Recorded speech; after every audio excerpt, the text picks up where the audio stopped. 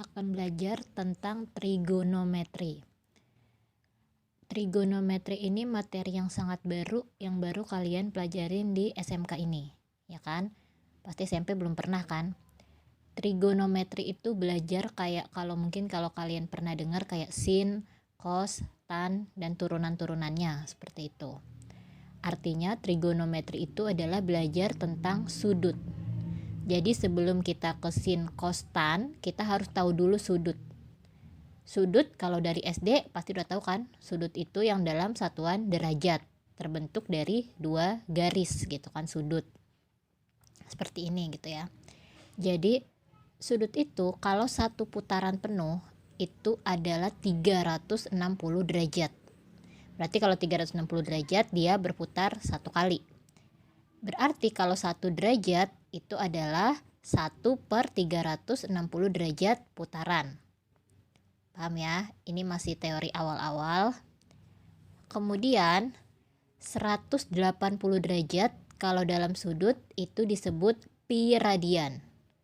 Ya, jadi pi radian itu adalah 180 derajat kalau dalam satuan radian. Kalau ini kan dalam satuan putaran ya. Kalau dalam satuan radian itu 180 derajat adalah pi radian. Berarti 1 derajatnya adalah pi per 180 derajat radian. Seperti itu. Nah, 1 radian sendiri itu adalah 57,3 derajat. Ini dari sananya. Jadi kalau derajat dibuat ke radian seperti ini. Kalau radian ke derajat, tiap 1 radiannya adalah 57,3 derajat. Kalau sudut ke putaran, tiap 1 derajat itu adalah 1/360 derajat putaran. Berarti kalau 5 derajat, ya 5/360 derajat putaran. Sama kasusnya kayak gini, kalau 180 derajat pi radian dan 1 derajat pi 180 derajat radian, berarti kalau 30 derajat dijadiin radian adalah 30 derajat dikali pi per 180 derajat radian. Paham ya? Dan kalau ini juga sama, kalau 1 radian 57,3 derajat, berarti kalau 5 radian sama dengan 5 kali 57,3 derajat. Seperti itu, satuan dalam sudut bisa dinyatakan dalam putaran atau pi radian. Seperti itu. Nah, kemudian sudut ini juga bisa dianalogikan dengan menit, jam, detik gitu ya. Jadi kayak 1 derajat itu sama aja 60 menit, atau 60 menit itu kan sama aja kayak 1 jam ya. Nah, 1 kutip 1, nih hati-hati 1 ada kutip satunya itu disebut 1 menit. Kalau kutipnya 2 itu disebut detik. Ya, seperti itu. Misalkan kalian disuruh menyatakan 25,46 derajat ke dalam bentuk derajat, menit, dan detik gitu ya. Harus ada menit dan detiknya gitu kan. Nah, ini soalnya 25,46 derajat. Berarti pokoknya itu adalah 25 derajatan kan. 25 koma artinya kan yang utamanya itu adalah 25 derajat kayak matematika biasa aja. Berarti 25 derajat itu udah pasti, tambah, nah ini kita lihat 46 itu kan desimal ya. Artinya di belakang koma dia desimal kan. Bukan 46 derajat ya, tapi dia komanya gitu loh. Jadi itu sama aja 0,46 derajat. Bisa dipahami ya. Berarti 25 derajatnya udah benar, 0,46 derajatnya ini harus kita ubah ke dalam menit dan detik gitu kan. Berarti ditambah dari derajat itu kan sama aja 1 jam ya. 1 jam itu kan sama aja 60 menit. Berarti 0,46 derajat kita ubah ke menit, kita kali 60 menit kan. 60 menit itu kalau dalam sudut lambangnya kutip 1 gini ya. Dikali 60 gitu kan, 0,46-nya. Berarti dapatlah 25 derajat udah tetap, tambah 0,46 dikali 60 itu adalah 27,6 menit gitu kan, atau tandanya kutip 1 seperti ini. Nah, ini masih ada koma lagi kan, dan belum ada detiknya dia, sedangkan dia dimintanya menit, detik, derajat. Kalau derajatnya udah nggak ada masalah ya. Nah, berarti ini kita pecah lagi, yang ada koma atau yang ada desimal ini kita pecah lagi. 25 derajat tetap. Ini berarti pokoknya adalah si 27 kan. Berarti 27 menit tambah ini desimal si 6-nya, maka 0,6 menit gitu kan, masih menit ya. Berarti 25 derajat udah tetap, 27 menitnya udah tetap bulat, nggak ada koma lagi. Nah 0,6-nya kita jadiin detik. Ini kan masih menit nih, karena kutipnya 1 kan. 1 menit itu berapa detik? 60 detik kan. Maka di sini 0,6 dikali 60 lagi. Berarti ini 25 derajat tetap, 27 menit tetap, tambah, nah 0,6 dikali 60, ini kutipnya 60-nya 2 ya. Dikali 60 itu adalah 36 dalam kutip 2 atau dalam detik gitu kan artinya. Berarti ini ditambah tuh artinya bukan ditambah ya, karena mereka beda-beda satuannya. Ini derajat, ini menit, ini detik. Artinya tinggal digabungin aja. Jadi 25 derajat, 27 menit, 36 detik. Sekali lagi lambangnya kalau dalam sudut adalah jam itu bulat, menit itu kutip 1, kalau detik itu kutip 2. Dan dia nggak boleh desimal, artinya kalau desimal harus dipecah. Paham ya? Seperti itu. Nah, selanjutnya gimana kalau kebalikannya yang ditanya? 25 derajat, 20 menit, 30 detik diubah ke dalam bentuk derajat aja. Gitu kan.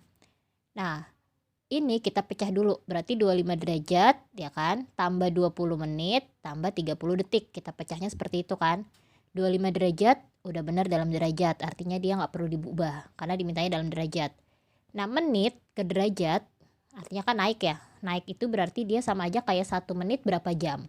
Kalau 1 jam kan 60 menit, kalau 1 menit berarti per 60 gitu kan.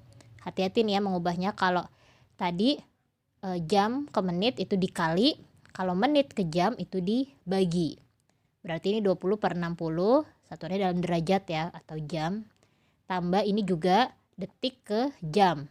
Kalau detik ke jam langsung itu adalah per 3600 ya kan, karena 1 jam 3600 detik. Berarti kalau 1 detik per 3600 gitu kan. Ya udah tinggal dihitung aja ya. 25 derajat tetap 20 per 60, nanti bisa kalian buktikan itu hasilnya adalah 0,33333. Sebenarnya nggak habis gitu ya, tapi kita ambil aja 3 desimal di belakang koma. Tambah 30 per 3600, ini juga bisa kalian buktikan, hitung hasilnya 0,0083 derajat. Sekarang satuannya dalam derajat semua. Berarti kita tambah biasa ya, 25 ditambah 0,33 ditambah 0,0083 itu adalah 25,3413 derajat. Bisa kan menambahkan ini kayak cara SD biasa ya. 25-nya ditulis di sini misalnya. 25 itu kan artinya 25,0. Biar dia rata desimal ya, berarti ditambah 0, jadi kedudukan komanya tuh rata 333, terus ditambah 0,0083 gitu kan, ditambah, hitung biasa ya seperti itu. Paham kan? Hasilnya jadi 25,3413 derajat. Ikan contoh hubungan derajat sama menit dan detik gitu ya. Jadi harus pelan-pelan mengerjakannya, berproses, tidak perlu terburu-buru, ikutin aja prosesnya, hati-hati pengkaliannya gitu ya. Dan hati-hati juga lambang-lambangnya ini ditulis gitu ya. Jangan langsung cepet-cepet angkanya aja, ntar bingung. Kemudian sekarang gimana kalau menentukan derajat ke dalam bentuk radian? Tadi 1 derajat itu kan pi per 180 derajat radian ya. Berarti kalau 30 derajat itu adalah 30 derajat dikali pi per 180 derajat radian gitu kan, satuannya dalam radian. Nolnya kita coret karena perkalian ya, atas bawah boleh dicoret. 3 sama 18 kita coret, 1 ini jadi 6 gitu kan. Berarti sama aja pi per 6 radian atau 1 per 6 pi radian. Hitung biasa, tapi intinya hati-hati menghitungnya. Karena kalian kemarin kalau dari tugas-tugas sebelumnya masih banyak banget yang kurang teliti dalam menghitung. Menghitung segala jenis apapun tuh masih banyak banget yang kurang teliti. Jadi hati-hati lagi nanti ngitungnya. Dan lambang-lambangnya sekali lagi saya ingatkan, derajat, menit, detik, kutip 2 gitu ya, seperti itu. Kemudian nyatakan sudut ke dalam derajat. Jadi dari radian ke dalam derajat. Kalau tadi kan dari derajat ke radian, sekarang dari radiannya ke derajat. Kalau dari radian ke derajat berarti tinggal dikali 180 derajat aja. Kalau ini kan dibagi 180, tapi tetap ada pi-nya ya. Pi-nya nggak dihitung, tapi tetap ditulis pi dan radian satuannya. Kalau derajat ke radian per 180, kalau radian ke derajat itu dikali 180. Berarti 1/3 dikali 180 sama, ini juga bisa dicoret karena perkalian dan atas bawah. Jadinya 60 derajat berarti sama dengan 60 derajat gitu kan. Nah kemudian kalau dari radian nggak pakai pi ya, hati-hati dalam melihatnya. Kalau ini pakai pi dikalinya 180. Kalau nggak pakai pi dikalinya 57,3 derajat. Ya ini nggak apa-apa lah ya, kalian hitung pakai kalkulator. Jadi 6,28 radian dikali 57,3 derajat. Hasilnya adalah 359,844 derajat.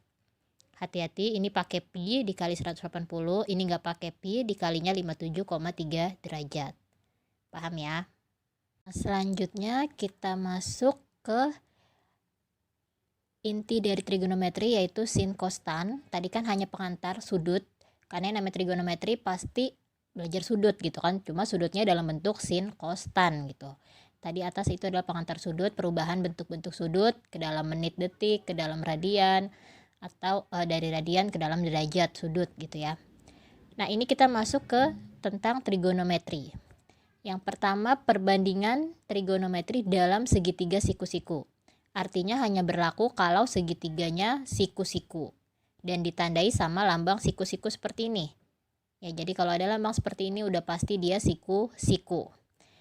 Yang namanya belajar siku-siku, apapun pelajaran yang nggak akan lepas dari Pitagoras. Makanya di sini saya tulis ulang lagi rumus Pitagoras. Mudah-mudahan kalian masih ingat ya, ini SD kan, Pitagoras. Rumusnya saya tulis lagi, masih ingat kan? Jadi sisi miring ini kan C ya, kita misalkan C, itu diperolehnya dari sama dengan akar dua sisi lainnya dikuadratin dan dijumlah, berarti akar A kuadrat tambah B kuadrat. Kalau sisi tegaknya misalnya A pasti selalu lebih kecil dari sisi miring kan, karena sisi miring itu pasti nilainya selalu lebih besar. Sisi tegaknya pasti lebih kecil dari sisi miringnya. Berarti A-nya diperoleh dari akar, sisi miringnya dikuadratin, dikurang salah satu sisi tegak yang lainnya, B kuadrat. Dan sisi tegak yang lain, si B juga seperti itu ya, berarti dikurangnya A kuadrat. Hanya C aja yang diperolehnya ditambah, karena sisi miring selalu lebih besar. Sampai sini paham ya? Ini hanya mengingatkan sekilas tentang Pitagoras, karena yang namanya belajar segitiga siku-siku nggak akan lepas dari Pitagoras. Nah, masuk ke trigononya, aturan trigononya dalam segitiga siku-siku. Ada sin, cos, tan, dan turunan-turunannya. Maksudnya turunan-turunannya itu apa? Sin, turunannya itu adalah kosekan, atau kosekan itu kebalikan dari sin. 1/sin ini artinya kebalikan. Sekan itu kebalikan dari cos. Ini bisa ditulis sekan aja atau pakai an, sekan gitu, tapi biasanya sih sek doang. Kotangen itu biasanya disingkatnya cot gitu, atau kot, atau CTG, atau kotan sebenarnya, tapi nggak masalah ya, cuma biasanya kot sih. Sama dengan kebalikannya dari tan, jadi 1/tan gitu kan. Ini tuh artinya kebalikannya ya. Sin kebalikannya kosek, cos kebalikannya sekan, tan kebalikannya kotangen. Sin, cos, tan, kosek, sekan, dan kotangen ini pasti temennya ada sudutnya, nggak mungkin sin doang, pasti ada diikuti sama sudut. Di sini saya misalkan alfa, nggak ada sin doang, pasti sin 2 derajat misalnya seperti itu. Nggak ada sin 2, adanya sin 2 derajat, jadi selalu diikuti sama sudut. Dan di sini sudutnya saya misalkan alfa. Kalau sin, jadi dalam aturan segitiga siku-siku loh ya, saya menghafalnya sin itu adalah demi. Maksudnya apa? Depan per miring. Kalau sudutnya di sini, alfanya di sini kan? Alfanya nggak mungkin di sini ya, karena kalau di sini udah pasti 90 derajat. Artinya alfanya bisa di sini atau di sini. Karena di sini sama di sini kan belum tentu berapa derajatnya kan? Tapi kalau ini udah pasti 90 derajat. Di sini bisa 30 derajat, bisa 15 derajat, bisa 17 derajat, bebas gitu kan. Sama di sini juga bisa bebas. Makanya alfanya peletakannya bisa di sini atau di sini. Kembali lagi tadi ya. Sin itu adalah demi depan per miring. Kalau alfanya di sini berarti depannya sudut, depan, miringnya ya miringnya sudut gitu kan. Kalau cos itu sami, Artinya samping sudut itu yang ini ya, samping per miring. Dulu saya suruh menghafal dan cara saya menghafal seperti itu. Tan desa, berarti depan samping. Ya, maksudnya ini depan sampingnya itu nanti dalam bentuk panjangnya berapa. Nanti kita akan ke contoh lah ya. Kosekan kebalikannya dari sin berarti mide, miring per depan. Kebalikannya kan? Sekan kebalikannya dari kos berarti misa, miring per samping. Kotangen kebalikannya dari tan berarti sade, sa per depan, seperti itu. Misalnya sudutnya atau alfanya letaknya di sini, berarti yang jadi depannya adalah depan sudut ini, artinya sih dia ini depan. Ini miring tetap selalu miring ya, depan, sampingnya adalah yang ini kalau sudutnya di sini. Tapi kalau sudutnya di sini, depannya adalah ini, sampingnya adalah ini. Paham ya? Yang disebut depan dan samping. Contoh penggunaan dari tadi aturan segitiga siku-siku.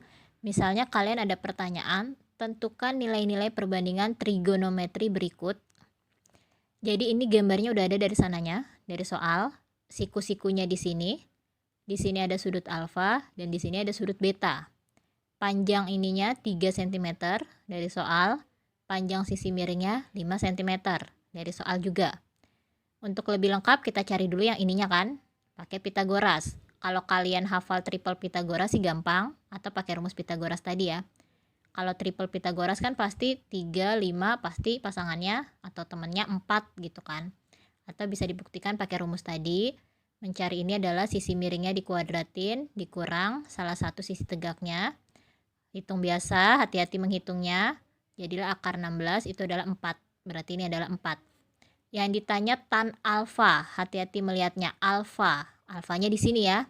Tan tadi adalah desa, berarti depannya 3, sampingnya itu adalah 4.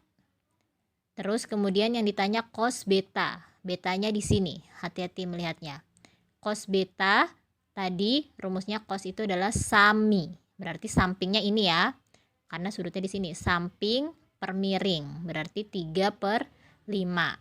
Kemudian yang ditanya sekan. Sekan tadi kebalikannya dari cos kan. Ini sekan beta juga lah ya. Beda lagi kalau yang ditanya sekan alfa. Ini sekan beta kan. Jadi kebalikan dari cos beta. Maka di sini 5/3. Terus selanjutnya, misalnya pada segitiga siku-siku ABC, diketahui sin alfanya 0,5, tentukan tan alfanya.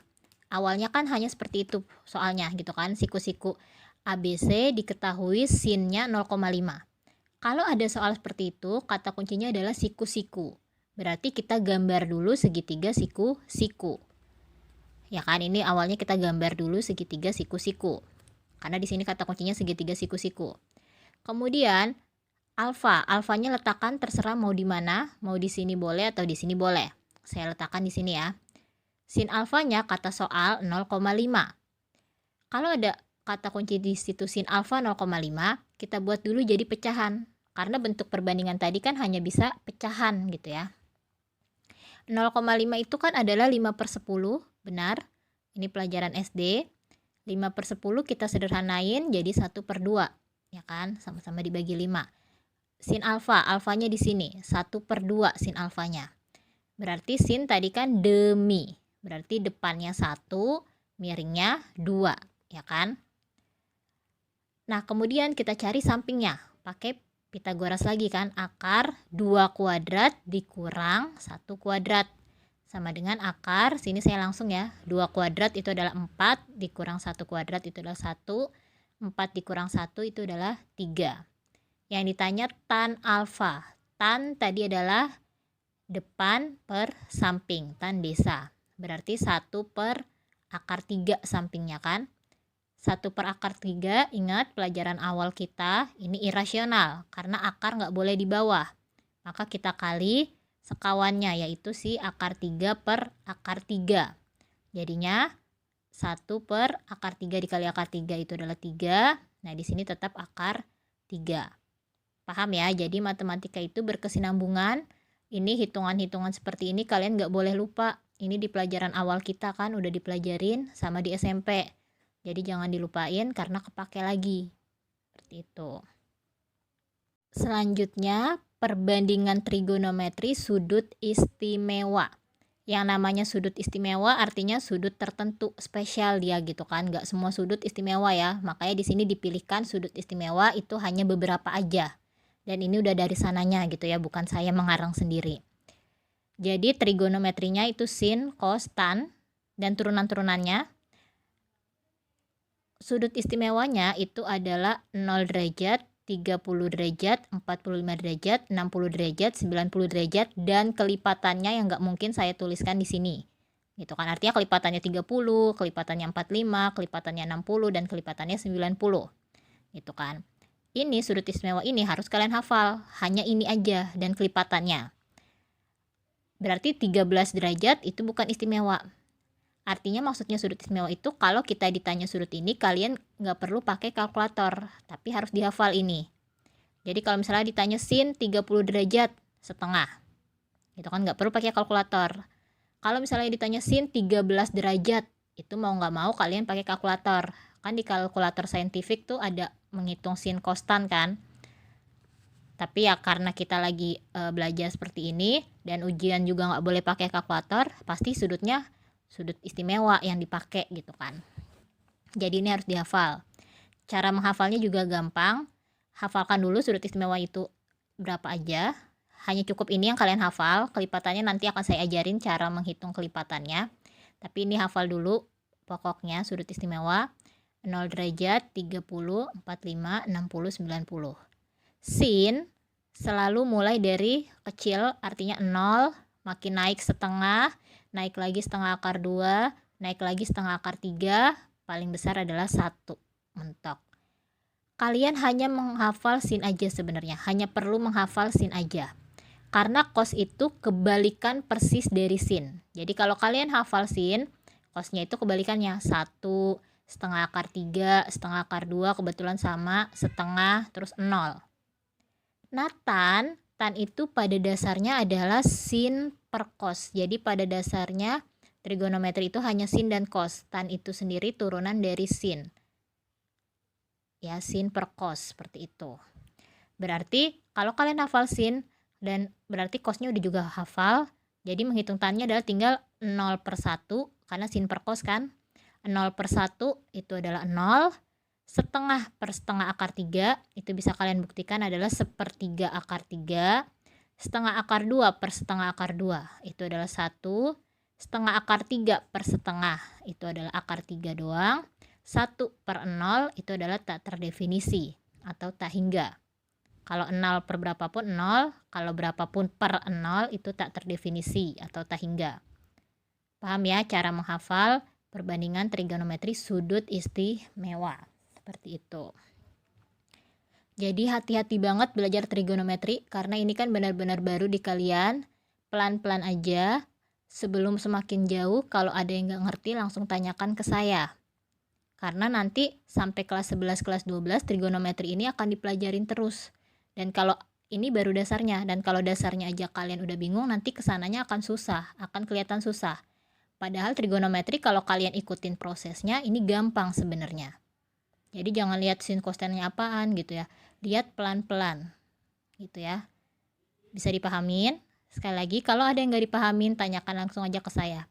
Kalau saya kecepatan kalian bisa kurangin speed bicara saya atau bisa tanyakan langsung ke saya. Gitu ya. Diulang-ulang terus video ini karena memang ya sekali lagi trigonometri itu hal yang baru dan memang dia sangat detail banget. Gitu kan, sangat kompleks banget gitu. Jadi pelan-pelan aja belajarnya. Kalau saya yang kecepatan, kalian bisa komplain ke saya dan bisa minta ulang, nggak masalah. Ya, seperti itu. Balik ke contoh soal penggunaan sudut istimewa tadi ya. Masih nyambung tentang segitiga siku-siku. Diketahui segitiga ABC, siku-sikunya di C. Jika panjang sisi BC-nya 20 dan besar sudut, ini lambang sudut ya, sudut BAC-nya 30 derajat, tentukan panjang sisi AB dan AC. Pertama, kita gambar dulu segitiga siku-sikunya. Ini siku-siku di C, karena kata soal siku-sikunya di C, berarti AB-nya bebas, boleh di sini AB-nya atau di sini nggak masalah ya. AB-nya di sini, saya di sini AB-nya aja. BC-nya 20, berarti BC ini 20. besar sudut BAC, hati-hati SD cara membaca sudut BAC, BAC berarti sudutnya ini adalah di titik A-nya, 30 derajat. Tentukan panjang sisi AB dan AC. Petunjuk kita hanya seperti ini. Ini kan yang diketahui sudut dan panjang, dan segitiganya siku-siku. Kita harus langsung kepikiran, kalau ada sudut pasti trigonometri. Kalau siku-siku pasti perbandingan trigonometri dalam segitiga siku-siku. Ini adalah depan, ya kan? Karena sudutnya di sini berarti ini kedudukannya depan. Perbandingan trigonometri siku-siku yang ada depannya itu apa? Kan sin, demi, sami, desa. Yang ada depannya sin sama tan kan? Ada de. Maka di sini saya pakai salah satunya aja, yaitu sin. Kalian mau pakai tan juga boleh, kan ada d-nya. Sin A, karena sudutnya di A gitu kan, sin A sama dengan depan per miring. A-nya tadi 30 derajat, berarti sin 30 derajat sama dengan depannya itu adalah 20 per miringnya itu adalah si AB kan, yang ditanya tadi AB. Berarti sin 30 derajat itu berapa? Nggak perlu pakai kalkulator karena dia sudut istimewa. Tinggal kita lihat sin 30 derajat berarti setengah. Sama dengan 20 per AB. Selanjutnya kali silang ya. AB dikali 1 AB sama dengan 2 kali 20 itu adalah 40. Berarti AB-nya dapat 40. Ya kan? Kemudian yang ditanya AC. AC ini kan. Nah, kalau ini nggak perlu pakai perbandingan trigonometri siku-siku lagi. Tapi cukup pakai Pitagoras aja, karena ininya udah ada, tinggal cari ininya pakai Pitagoras, bisa kan AC-nya. AC berarti sama dengan AB kuadrat dikurang BC kuadrat. AB-nya 40 tadi ya, dikurang BC-nya 20. Jangan lupa kuadrat, hari ini kuadrat harusnya. 40 kuadrat itu adalah 1600, dikurang 20 kuadrat itu adalah 400. 1600 dikurang 400 itu adalah 1200. Nah, ini menyederhanakan akar lagi, udah kita pelajarin. 1200 itu adalah 400 kali 3. Kenapa kita pilih 400 kali 3? Karena 400 bisa diakarin. Ya kan? Akar 400 itu adalah 20. Maka di dalamnya tinggal akar 3. Sampai sini paham trigonometri? Sekali lagi ini masih dasar banget. Nanti akan trigonometri terus-terusan. Jadi mumpung belum jauh, saya ingatkan lagi, yang dasarnya ini kalau ada yang nggak dipahamin, tanyakan ke saya. Terus ulang-ulang terus aja video saya, dilambatin speednya atau tanyakan langsung juga boleh.